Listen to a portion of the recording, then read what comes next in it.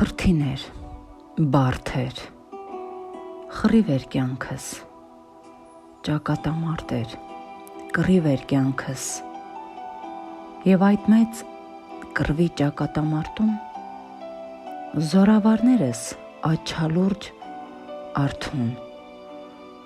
նորին տառապանք ու սեր եղան, և արշավակից զինակիցներս